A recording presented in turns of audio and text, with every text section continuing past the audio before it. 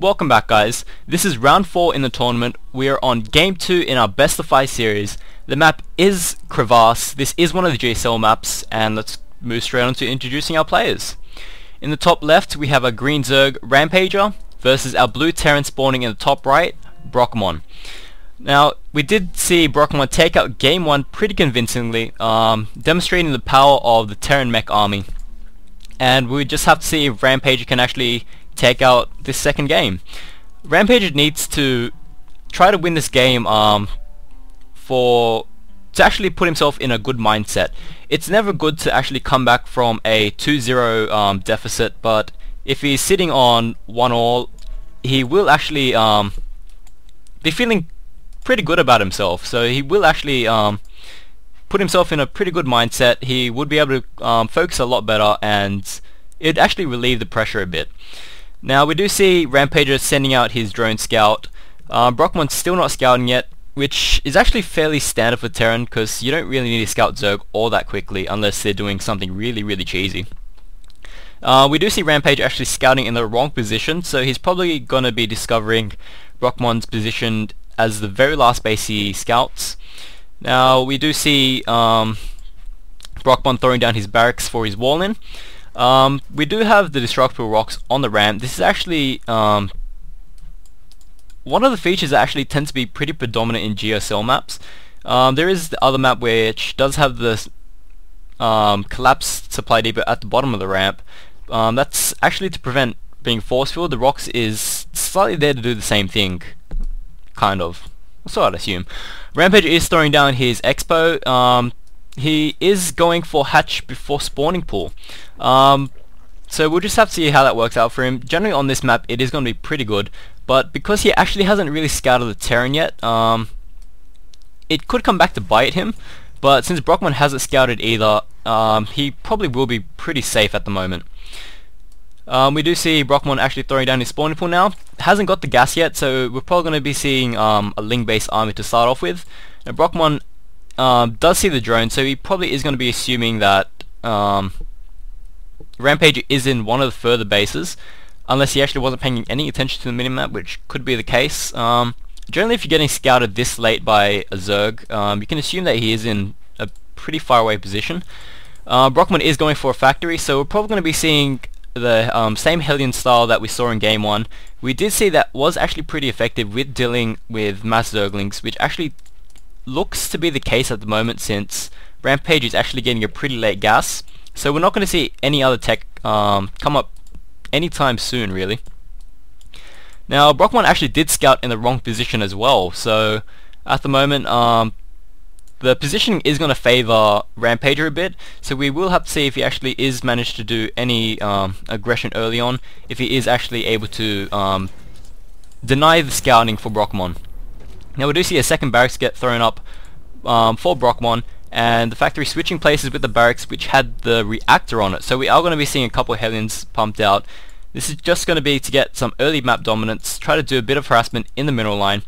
Now, Brockemon still hasn't scouted where he is, but he did scout the other two bases, so he knows he's going to be at the top. He is going to see that early expo, so we'll just have to see what he actually chooses to do about it. The Zergling is going to be running up, just poking out to see what he can actually see, what unit composition there is. He is going to see that the Hellions are out, so he's going to want to get his Roach Warden up, which is almost finished. So he's going to get a couple Roaches out to actually defend against this Hellion aggression. The Zergling at the Xel'Naga Tower does see that Brockemon is pushing out. Brockemon probably should have poked by there and just tried to snipe it out, but choosing not to do so. Rampager is actually blocking the ramp with his Zerglings. There is a couple of pixels there that are actually open. Well, guess not. That would actually prevent the Hellions from running in, dealing damage to his main, which is actually did receive all the drones that were mining from the expansion, which is actually a pretty smart idea, since the Hellions did cause him quite a lot of trouble before. So he's probably just worrying that the same thing will happen. Try playing it safe, moving the drones back, but he is going to bring the drones back now that he has his Roaches to push back any early Hellion aggression.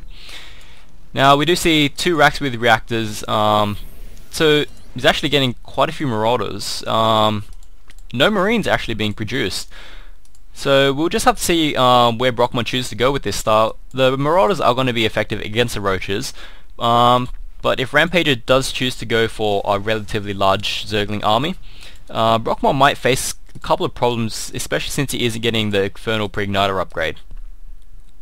Now we do see more Roaches being produced. We do see Stim coming out for the Terran, and Rampager is getting his Lair Tech up, and also getting his second gas, so we'll just have to see which tech path he chooses. He's probably going to go for his Spire yet again. Rampager is actually supply blocked at the moment since, actually I don't know what happened. Kind of blanked out there for a second. The Hellions are going to try to poke in, but they are going to get repelled by the 3 Roaches. He probably should throw up a Spine Crawler just to be safe, but with this number of Roaches and Zerglings, he should be able to push back the Hellion aggression. But Brockemon is moving out. He actually is bringing all his SCVs in. So at the moment, Brockemon is going all in. He does have 1 Mule mining at the base. The SCVs actually soaking up most of the Roach damage. The Marauders are going to be able to get a couple of shots off.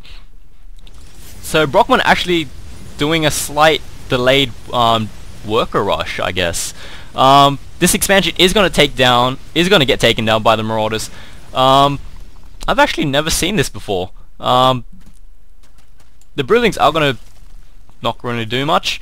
Brockmon's main problem is actually doesn't have any anti-air, so if this was delayed, like even by a tiny bit, and Rampager did have a Spire up, that could cause some problems.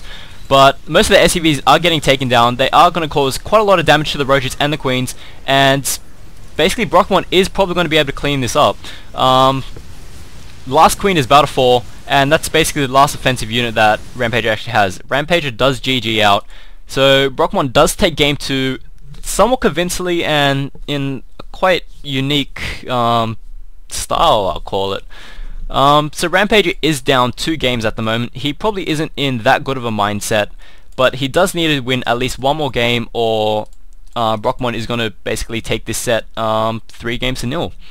So we are going to move on to game 3, and I'd like to see Rampager actually try to take the next few games, try to keep this series going on a little longer, because both of these players are actually pretty of high caliber. Rampager is the crowd favorite at the moment, but Brockemon is showing his dominance that he has been showing throughout the entire tournament so far. So this has been Crucius for USID and New South Wales StarSoc, as well as IntoStarCraft, and I'll be right back with game 3.